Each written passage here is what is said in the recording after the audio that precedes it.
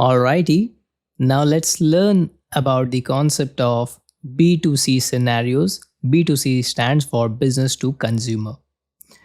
Imagine a shopping mall where customers sign in with their own membership cards to access different stores and services. In Microsoft Security, B2C scenarios work the same way by allowing external consumers to use their personal accounts like Gmail or Facebook to securely access an organization's applications.